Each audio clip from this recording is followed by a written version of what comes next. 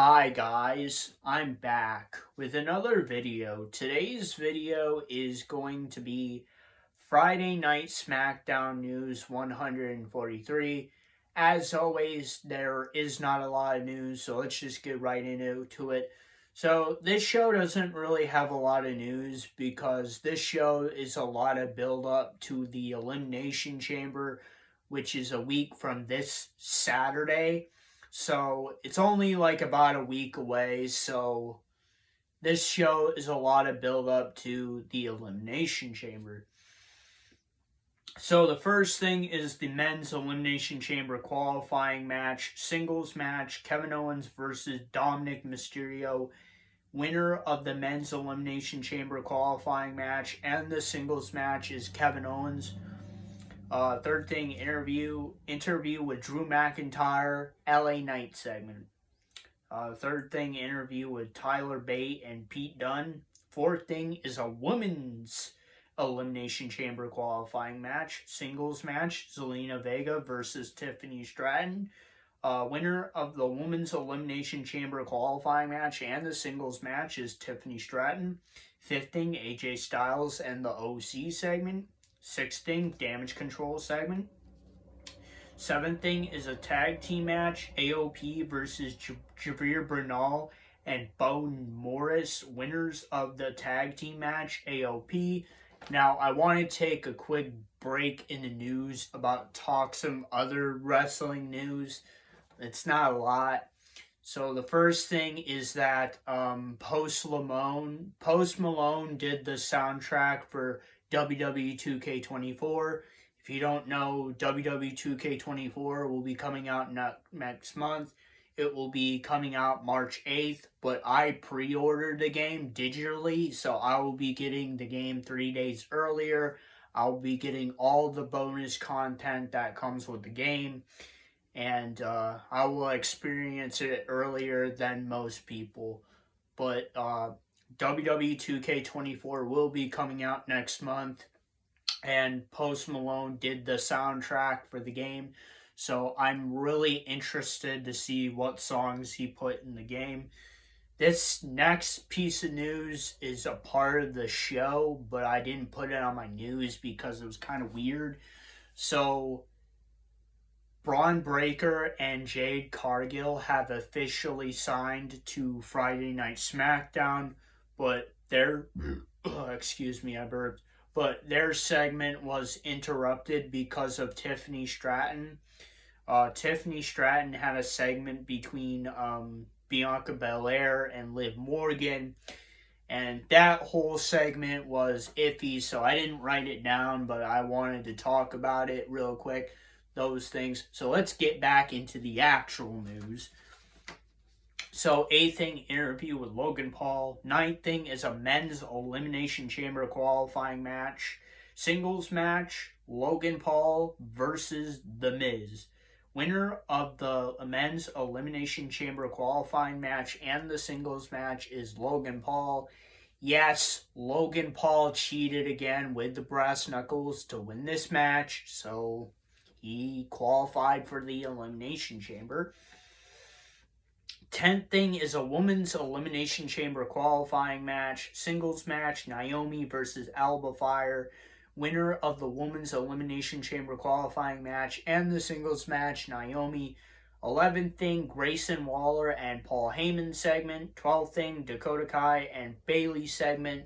The one thing I want to say about that segment really quick is that there is actually a rumor going around that Dakota Kai will turn heel against Bayley at WrestleMania and cost her the WWE Women's Championship match at WrestleMania 40. But it's just a rumor. I don't know how true it is.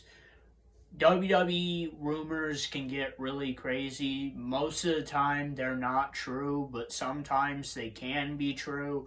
So I don't know about this, but over the past 2 weeks, last week and this week, Dakota Kai keeps trying to prove her innocence to Bayley, that she's with her. But every time I watch their segments, I can see that Dakota Kai is probably going to turn heel on her, so that's just my take. 13th thing, this is what's happening next week on Friday Night SmackDown. So there will be a tag team match, Tyler Bate and Pete Dunne versus Dominic Mysterio and JD McDonough. Tag team match, the Authors of Pain, AOP versus the Street Profits. The thing I've been really excited for, and I have been marking out for months, is Braun Breaker will officially make his Friday Night SmackDown debut. He will have a match next week. Like I said earlier in the news, him and Jade Cargill officially signed to Friday Night SmackDown. So they're officially on the Friday Night SmackDown roster now. So what I've been marking out for the past couple months is now actually happening. Singles match, LA Knight versus Drew McIntyre. 14th thing, the Bloodline segment, and the 15th thing, the Rock segment. Yes, the Rock had a pretty good segment. I actually like his heel turn. It's actually coming together really nicely, the Rock's heel turn. Here's my honest thoughts. I'm not one of those marking out Cody crybabies. I just wanted to know what they were going to do with the main event, because they keep going back and forth with Cody versus Roman or The Rock versus Roman.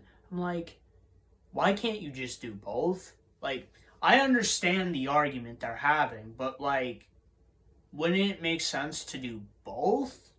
Because they're going to be both big draws for the company. They're both going to be big business. They're going to be both great matches. I don't understand why they can't have both, but I can see the argument. But I'm just saying that I'm not for The Rock versus Roman, but I'm not versus the Cody versus the Roman Reigns. It's just, I don't really care. Like, honestly, I automatically know both matches are going to be good.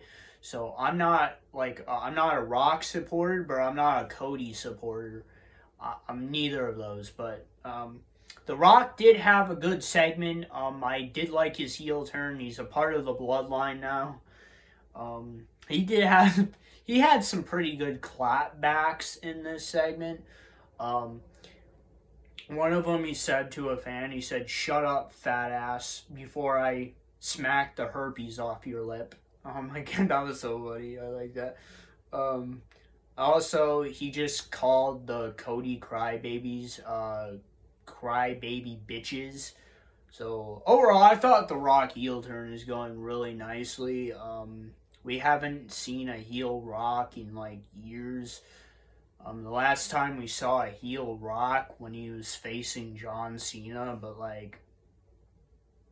But anyway, that is Friday Night SmackDown News 143, and if you guys like this video, please like, subscribe, and comment, and I'll see you guys next time. Peace, period.